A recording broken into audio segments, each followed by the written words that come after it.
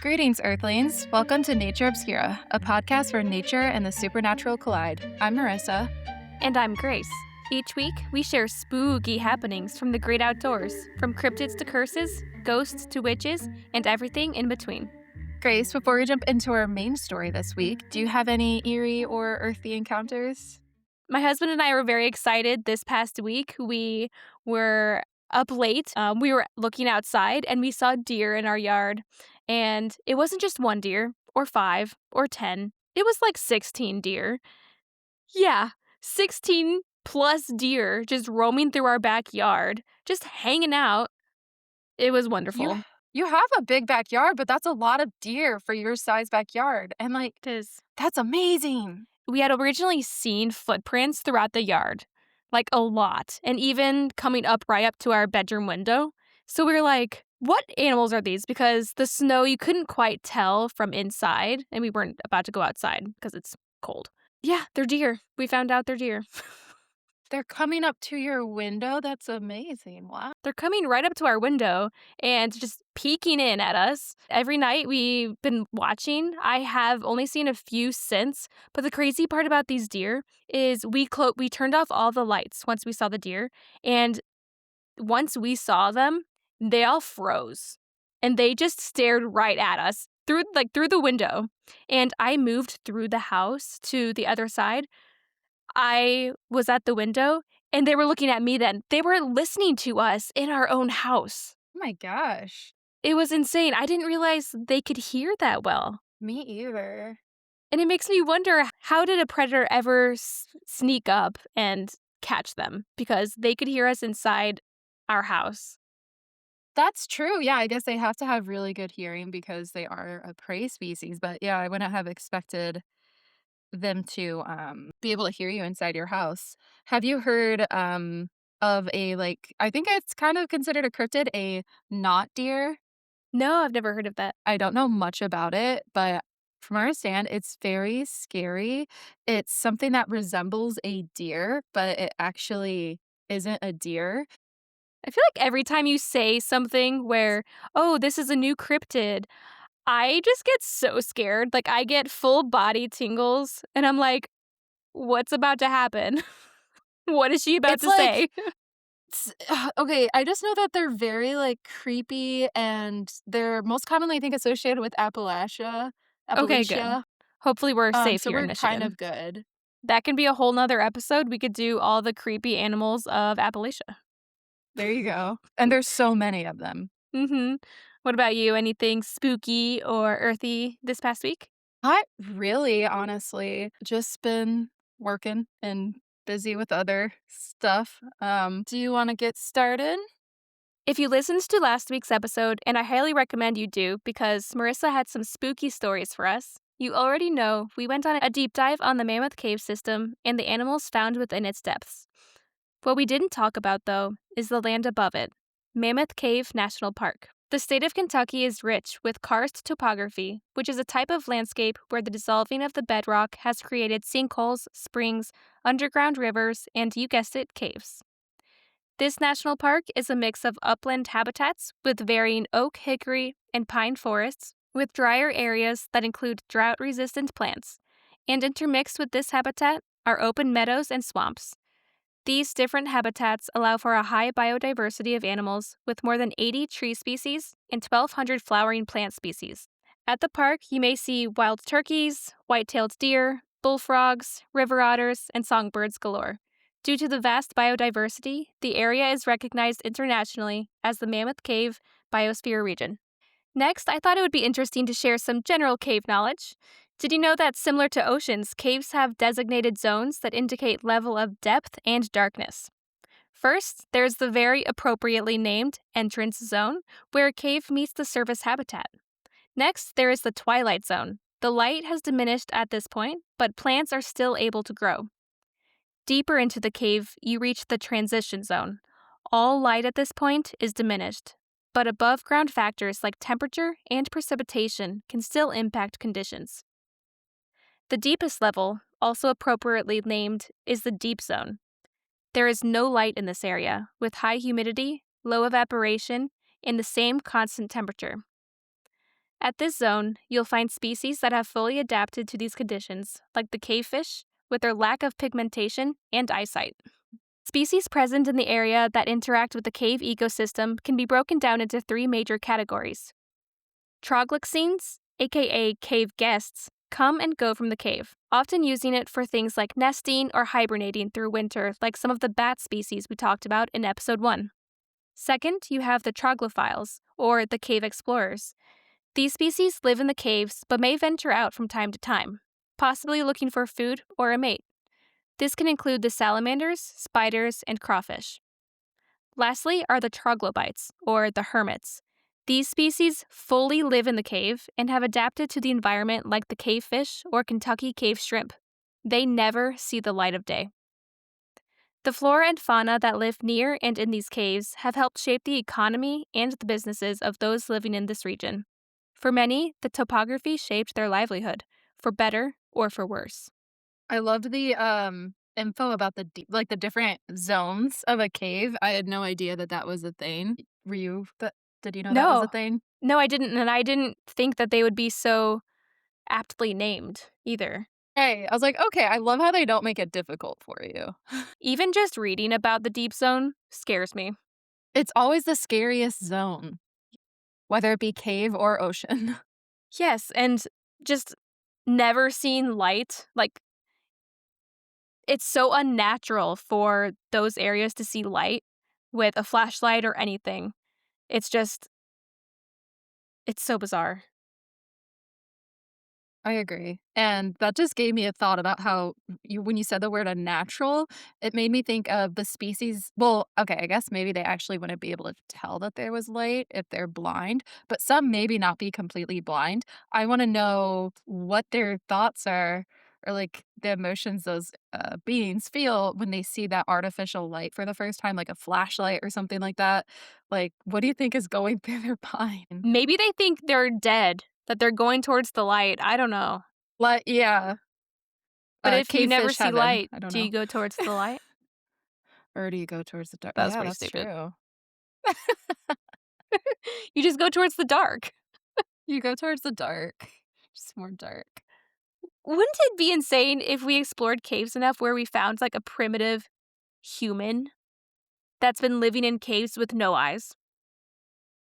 I'm pretty sure there's some science fiction novels about that. Oh my gosh, that's creepy. I love it. Just creepy. Like we just go into the caves deep enough and there are humans there. They just gotta keep digging in Mammoth Caves. I mean, they think there's like, what, 600 more miles left to be discovered There or could be new something? species, new Oh, there people, totally is. new cryptids. The possibilities are endless. Mhm. That's for sure. So last week, we talked all about Mammoth Caves and the ghostly inhabitants that live there. This week, we are staying close to the area and discussing both the life and afterlife of Floyd Collins, who died trying to get his cave famous. Before we dive into the life of avid caver Floyd Collins, we must set the scene of the times. It's the early 1900s, and at that time, the Mammoth Cave in Kentucky was one of the most popular tourist destinations in the entire United States. Those that were wealthy arrived throughout the U.S. and beyond, from stagecoach to train to even boat. For the residents of the area, this once quiet town had real opportunity to make some serious money from running a cave of their own. The problem with that, though, is that everyone wanted to go to Mammoth, so your small cave had to really be able to draw in the tourist. Enter the legendary Kentucky Cave Wars. Smaller caves had to have things that Mammoth Cave didn't, like abundances of different rock formations, from stalactites to stalagmites, and other strange geologic features. These features contrast from the Mammoth Caves, though it's immense in size, it typically lacks such features due to its dryness. Not only did your smaller cave have to be sparkling, in better or worse terms, you had to have good positioning along the famous roadside. Visitors were unlikely to make the trek to your cave if it was off the beaten path or an area inconvenient for travel. To draw people in, competing cave owners ended up hiring solicitors, often called cave cappers, due to the hats they wore. These solicitors were hired to line the nearby highways and drawing motorists to their booth, providing official Mammoth Cave information and luring them to their own cave of employment instead. In lesser evils, they would pose as policemen, stating Mammoth Caves was closed or even quarantined, or that the lines were very long. But in the worst cases, competitors would burn down ticket booths, block access to competing caves, and even vandalize others' cave entrances. As a wealthy tourist entering the area at that time, it was likely impossible not to be overwhelmed by all the different people flooding you with often misinformation on where to go and what to see. In addition, all the cave names were often made very similar, quite intentionally, to drive people to their business. Kem, who authored the book Kentucky Cave Wars, wrote of, quote, Mammoth Onyx Cave, Great Onyx Cave, and Crystal Onyx Cave. That would be so annoying to try and navigate all of that. But at the same time, I would just want to go to every single one. Yeah. I mean, every cave is different in its own way. Might as well just go to every single one, check them all out, see what they have to offer. Right. And, as I put here, just to give you like a glimpse of what the tourists had to do. And keep in mind, they were pretty wealthy at this time to even be able to go to the area, so it's not the worst thing to put up with. The competition was only rising with people, desperate to lure people to their caves. Many locals decided the best way to make business come their way was to try and find a back door or new entrance to the Mammoth Cave. If their cave was somehow connected to the Mammoth Cave, they could really rank in the big bucks. In 1915, within just 6 years of his arrival to the area, a man by the name of George Morrison illegally blasted open a back door to the cave along the main road. He promptly named it the new entrance to Mammoth Cave. There were battles regarding this both in and out of court. Yeah, I feel like that's dangerous. It could impact other parts of the cave, as in like rock falls, rock slides.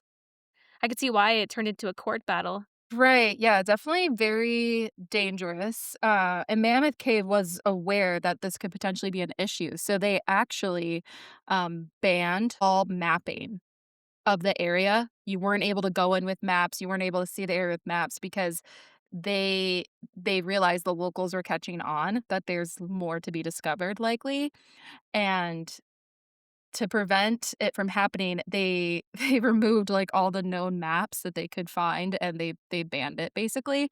But I don't remember exactly who. Someone found an old map from, like, 1873, so about 50 years earlier at that point, so the locals got their hands on that and were using that as a way to trace and kinda track and figure out where it could end up. And for Morrison, he was pretty lucky.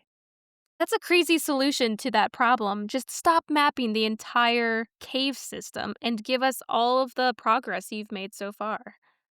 Right, and like you mentioned about, like, the karst topography, it's that whole region is just one giant cave system, so it's like, how can you prevent that? Which obviously they didn't. Mhm.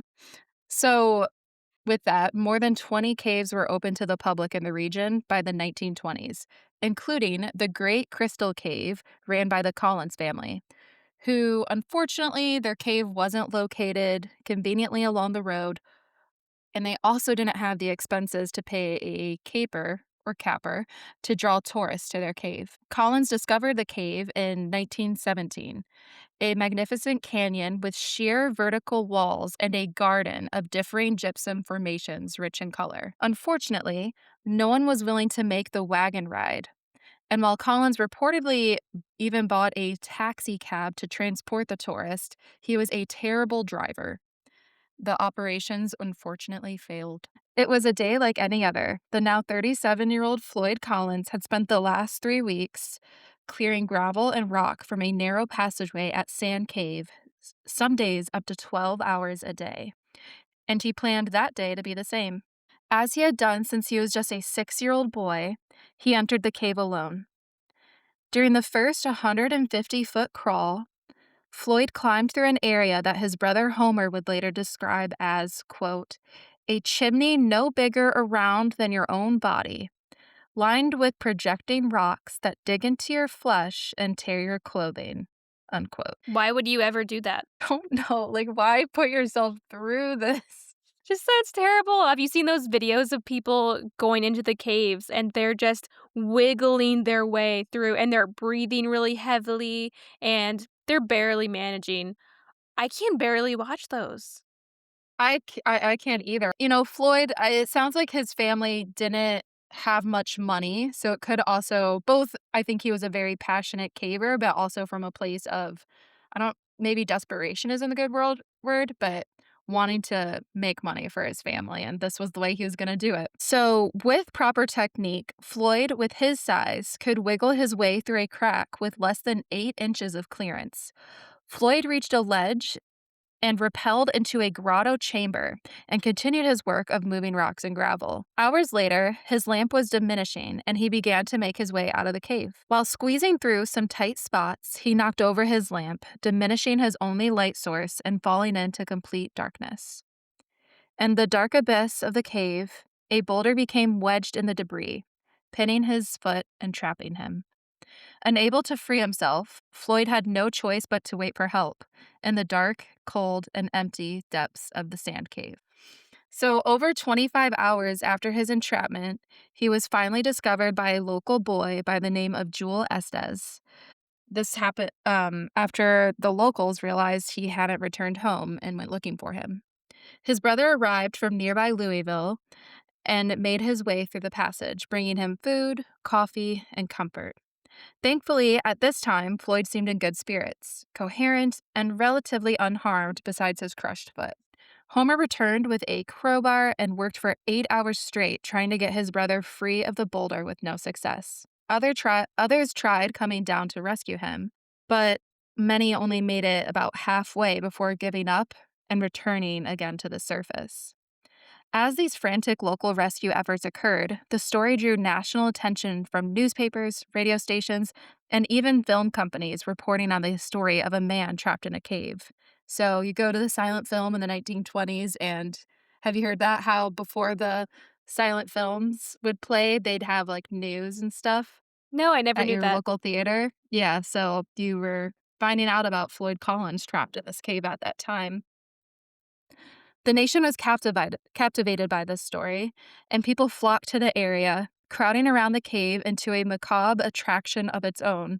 The roads were clogged with traffic from cars to horse drawn carriages, and there were vendors that sold hot dogs, hamburgers, rocks from the cave, moonshine, of course, and even sand cave balloons. It's so dark. Which is the cave he's trapped in, it just seems super messed up. That is so messed up that people are basically just having a great time while this guy is just trapped in this cave, suffering, scared out of his mind. I just imagine, like, the carnival style music outside, and he's just sitting alone in the darkness, like, "What the hell?" Imagine you're the family though, and you're trying Right. to get to him and you have to go through this crowd of people. Just sheer panic, and the crowd was not only kind of disrespectful, but it also caused issues. So within just 5 days of Floyd's discovery, the passageway to Floyd had collapsed due to those chaotic, repeated, unsuccessful attempts of just random people in the crowd being like, "Well, I can do this." It caused the passageway to collapse, cutting off Right. physical access to Floyd. Attempts to restore the tunnel failed, and instead of the passageway opening up more, a second collapse occurred, causing Floyd to have only voice contact with those above. So they couldn't see him, they couldn't make physical contact, they could only hear him. The state of Kentucky took over at this point and approved a plan of digging a new vertical rescue shaft, working day and night by pick and shovel, as heavy machinery proved impractical. The team worked in snowy and water filled conditions. They had lost voice contact with Floyd on day 14. On day 18, one of the rescuers was able to reach Floyd's body, who unfortunately was found dead and believed to have died roughly 3 days earlier, succumbing to exposure. What would be exposure at that point? Would that be lack of oxygen or cold, maybe? I would say cold, because it was January. Oh, yeah, and he probably wasn't deep enough for it to be the constant temperature. Right. We should take what we learned in the beginning of this episode and Mhm. figure out what zone he was in. We're learning. Yeah. We are really learning. I'm assuming he wasn't deep enough because, yeah, how 'Cause at 54 degrees, I guess it depends on what he was wearing, because I do know that at the beginning when he was climbing down, he did remove his coat, Mm. but 54 degrees, I mean, I guess 18 days at 54 degrees, your weakened state. Also, it Yeah. was 1920s, so he could have died from something else and they just call it exposure. Yeah, for sure. Being down there for 10 plus days, I mean, at that point, you want it to end, right? You know you're probably not leaving. I do wonder as well, what he was experiencing at that point, if he was going, like, cave crazy, if he was experiencing hallucinations, anything like that, because at this point, he's also probably in complete darkness as well. Mhm. Yeah, and we talked Um, about in the last episode how you can very quickly, even after about 15 minutes, go cave crazy. yeah. And with all of the echoing sounds around him and not being able to see, yeah, I wouldn't like that at all. So the rescue was halted, and the shaft was backfilled. Floyd Collins had tragically died in the cave despite countless rescue efforts. His body had remained in the cave for 2.5 months before being removed, and he was buried on his family's land near his crystal cave. During this 2-month time frame, the owner of Sand Cave and apparent friend of Collins tastelessly posted a sign on the highway reading, 200 yards away, the body of Floyd Collins is imprisoned in Sand Cave. For 50 cents, visitors could stare into the void where Collins' body lay trapped. A few years later, Floyd's father sold Crystal Cave to Dr. H.B. Thomas and received permission from the family to move Floyd's body into the cave as a tourist display, his family earning a pretty penny for the honor. Like, he loved his family, family loved him. Maybe they would have been like, Floyd would have been fine with this, but they did basically say, "Yes, you can move our son's body into this cave in a glass coffin for people to view him." Wow. I mean, maybe maybe you're right. Maybe he did just maybe he would want that, you know? Helping his family in some way. But also, who Yeah. wants to actually go see a dead body? Yeah, right. Yeah, I'm trying to give his family the benefit of the doubt here, but it's not great. So, his features were restored by a mortician, and his body was placed in a glass-topped coffin for tourists. In a sad, kind of twisted irony, Floyd had finally got the visitors to his beloved Crystal Cave that he had always hoped for, but only after his death. Floyd's body was actually stolen at one point and was found along the nearby Green River, with reportedly his left leg missing, which was the leg that was crushed. Maybe it was an animal or something. I can't imagine a person doing that. That's just weird. But people are weird. I don't Right. know. Yeah, I mean, they're already going down there to see his body. It's like, to what extent do you go? That's true. So after his body that had went missing was found along the Green River, he was placed back into the cave, but this time with a solid coffin lid. Though the tourists still had the opportunity to take a peek at him. They had a little kind of glass cutout where just they could see his face. For over 30 years, Floyd was kept in this coffin on display. 30 years. Now get this. In 1961, the National Park Service purchased Crystal Cave and ended the public tours. Floyd remained underground until 1989. Why was he not moved sooner? Was he just decaying? Was he a skeleton by the time they moved him and they could still see in there? Now that's a good question. I don't know. Or was he actually preserved? Because it is a I'm cave, but also how deep was he? You brought a good point. Because he also probably was embalmed with a mortician restoring his features, but also he is in a cave, but does a cave and mummies form in caves, but would his coffin have made that possible? Or was it like, you raised some I good don't know. points. I wonder if there are pictures. I know, that's kind of was my first Not that I thought. I'm want to like, see a picture, but I'm curious. I just like to know for science. Like, I am interested in like the decaying process. That's Yeah, neither here nor there. So thankfully, though, in 1989, he was finally moved and laid to rest in the Mammoth Cave Baptist Church Cemetery, where he remains to this day. really quick. I wonder if any of his family, his descendants, were alive and knew that he was still there. You'd think that they would try to get him removed from the cave sooner than that. Because at that point, I feel like at that point, it's kind of just disrespectful to him. Right. That is true. And in my research, I didn't see or hear anything about that. Maybe his family moved away from the area, who knows? But yeah, that's a valid point. So his life ended in tragedy. I guess one way you can look, I mean, at least he did die doing what he loved and was passionate about, but still a really sad, prolonged way to go. And not only were his final days not great, to say the least, over 50 years after his death, he was treated as a tourist attraction. It's no wonder that Floyd's spirit is still believed to roam the caves he roamed all his life. The sand cave that Floyd was trying to see if it was connected to Mammoth Cave was officially proved to be connected in the 1960s. He had found his way in after all, just it wasn't discovered till 40 years after his death. Due to the instability of the sand cave, it's been sealed. That doesn't stop people from visiting the spot that attracted hundreds of tourists just over a century ago. People claim to hear screams and pleas coming from the sealed caverns. Others have reported unknown entities throwing old whiskey bottles at people near the cave, reportedly a favorite drink of Floyd's. Floyd is most active in the Crystal Cave, where his body was kept for nearly 50 years. Some believe that park guides may be under direct instructions not to draw attention to this cave, as strangely, none of the park maps mark the site. Visitors that walk along the unmarked trails to the Crystal Cave write of strange sensations occurring, the daylight becoming distorted, even described as fuzzy. Time even feels to change here, feels thinner, less real.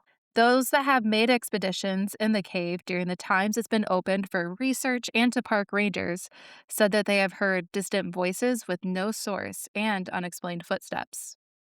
Next, we're kind of going to dive into some specific encounters people had that were in that scary stories of Mammoth Caves book. So all of these were occurring in that basically 20-year, almost 30-year period where Floyd's cave was still in the body. Nope. Floyd's ca Nope.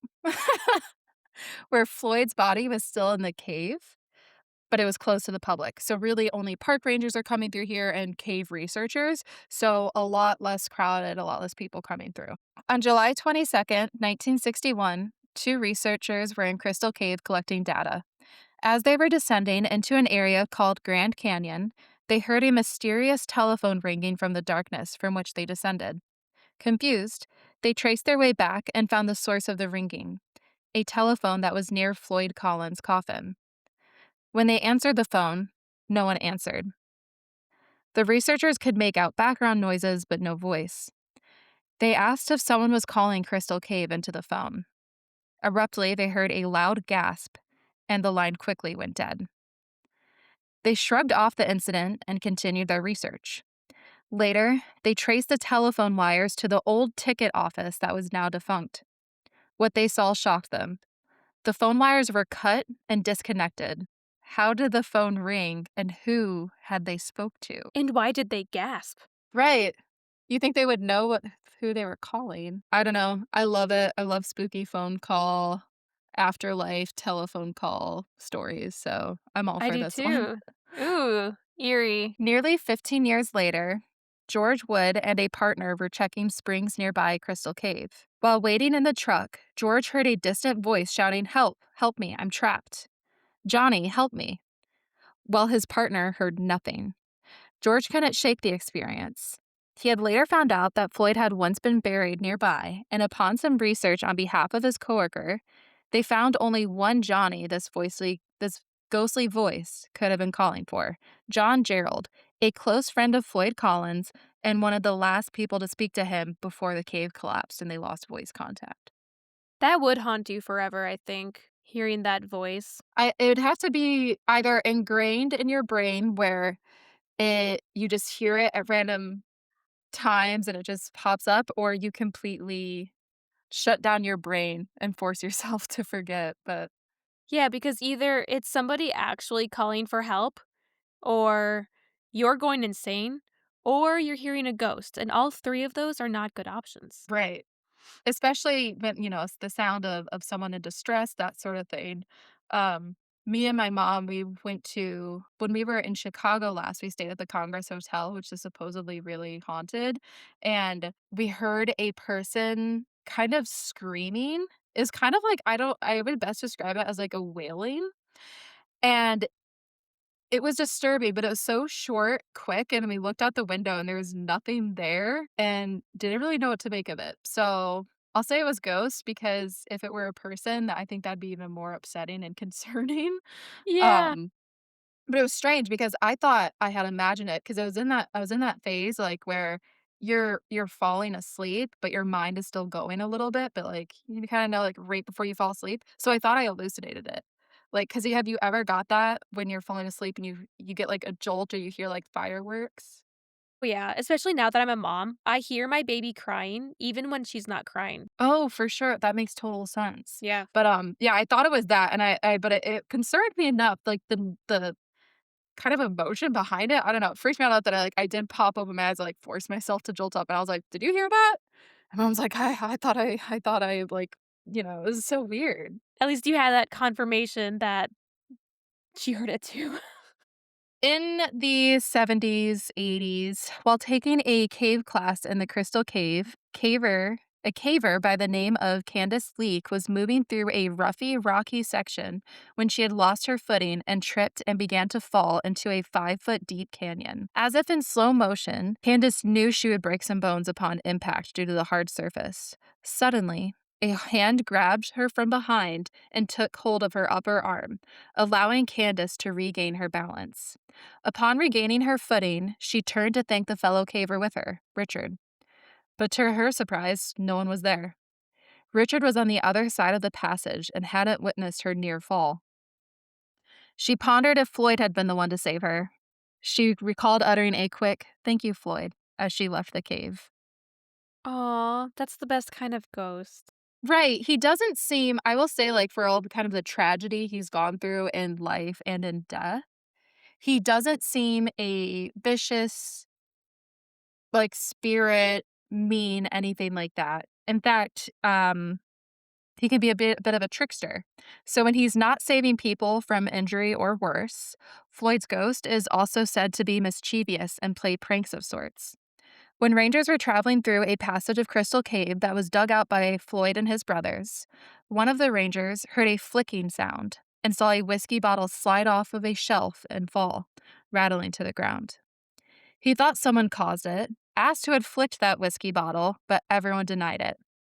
Could this have been Floyd letting them know he was still around? Or could Floyd's apparitions also be a repeat ghost? I forgot what I called it before, but basically how limestone replays things. Oh, Could that's right. is Floyd's spirit actually in these caves, or is his energy just there and it's kind of a tape recording event of sorts? Geologist Art and Peg Palmer are experienced cave researchers and encountered unusual phenomena while researching Crystal Cave, which still leaves one scratching their heads. While photographing an area of the cave, Art heard a rhythmic pounding about 500 feet away like a metronome. They ruled out the noise being caused by natural cave sounds like rocks or bats or dripping water. They knew the area was isolated and absent of water. As the couple made their way to the source of the sound, it faded. Only years later did Art realize that the noise came from the spot where Floyd Collins was known to camp, flatten bean cans, and eat during his time in the cave. So, kind of playing to the kind of tape recording effect where it's just maybe, I don't know, the sound of him rhythmically crushing his bean cans that he ate after, some time spent caving. Yeah, his ghost is just doing his thing. Or maybe not even ghost. I don't know. Right. Are they still a ghost? Yeah, is it a ghost if it's just a replay? The thing with, like, the paranormal and supernatural, I feel like there's so many different interpretations Mhm. of it, and because there isn't much actual scientific research and backing, there isn't many consistent terminologies, Right. and it can make it tricky, but also interesting. These countless encounters with Floyd, spirit, have come from those that are not new to caves, or the strange feelings or sights they may experience while they are down there. To end, Art Palmer reflects his feelings on the matter. Quote, "Have we renounced science and become ghost hunters? Nah. There must be a rational explanation for those sounds. What perks us up is that these and many other strange phenomena in Crystal Cave reported by others are still unexplained. We may never know what caused them, and in some ways, I hope we don't. Scientists are always looking for answers, and yet sometimes when an answer is finally found, much of the excitement disappears. End quote. And I think that kind of wraps up my feelings on supernatural, paranormal, all that weird stuff perfectly.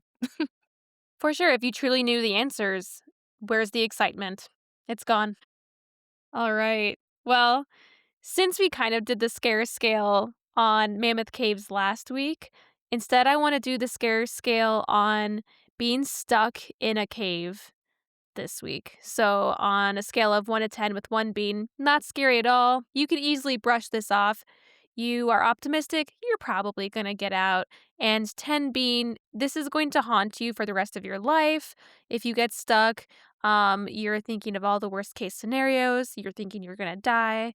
And for the sake of it, just because we did talk about this last week, a 5 can be a good spook. You know, something that you tell your friends about laughing, like, oh yeah, I was stuck in a cave once. Ha ha. No big deal.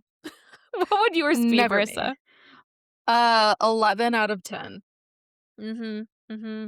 Even if it's like 5 minutes, if I'm stuck, 12 out of 10, 13, Right? 15, skip 100 out 14. of 10. Yes. I'm scared to be stuck in any capacity. I don't even like if my dog's laying on my feet while I'm in bed sleeping because I feel trapped. So to be actually be imagined, like, actually stuck Just in the a feeling cave. of not being able to move. Right, it's like I need to move my legs. My Yeah. goodness. Yeah. There's no Terrified. way. And just the diagrams that I see of, like, the positions people get stuck in, So, final thoughts on Mammoth Caves. lots of ghosts, lots of history, and I can't wait to go back. Yeah, and I have a feeling that you could probably do a part 3 on Mammoth Caves. It just keeps going. The history, the lore, the amount of people who have probably died exploring the caves. I wonder if there are bodies in the cave. There definitely are, and I guess Floyd had even supposedly discovered some when he was a kid. Part of what he did, he dropped out of school when he was 10 years old and just became a caver. Really? What a profession. Yeah, he would find artifacts, and other things and go to local stores and stuff and sell them, and he actually even became a, guide to a renowned, like, geologist from New York that needed help exploring the caves, so he knew his stuff, but apparently, supposedly, he found not only artifacts of indigenous tribes from thousands of years earlier, he also found remains. And that's something I didn't get too much into in the first episode. I mentioned the mummies briefly, but they have found several mummies, not purposefully, just naturally because of that constant temperature, natural mummification of bodies that they've, like Floyd, also had on display at different points in time. That is so interesting to me. Just trapped in time, basically. Right, it's just like the bog bodies. The bog bodies. Yes, but cave bodies instead. Thank you, everyone, for joining us this week. Make sure to follow us on Facebook and Instagram. And if you have a scary or spooky story, especially involving mammoth caves or anything outdoors, you can use our contact form box on our website. Stay obscure, Earthlings.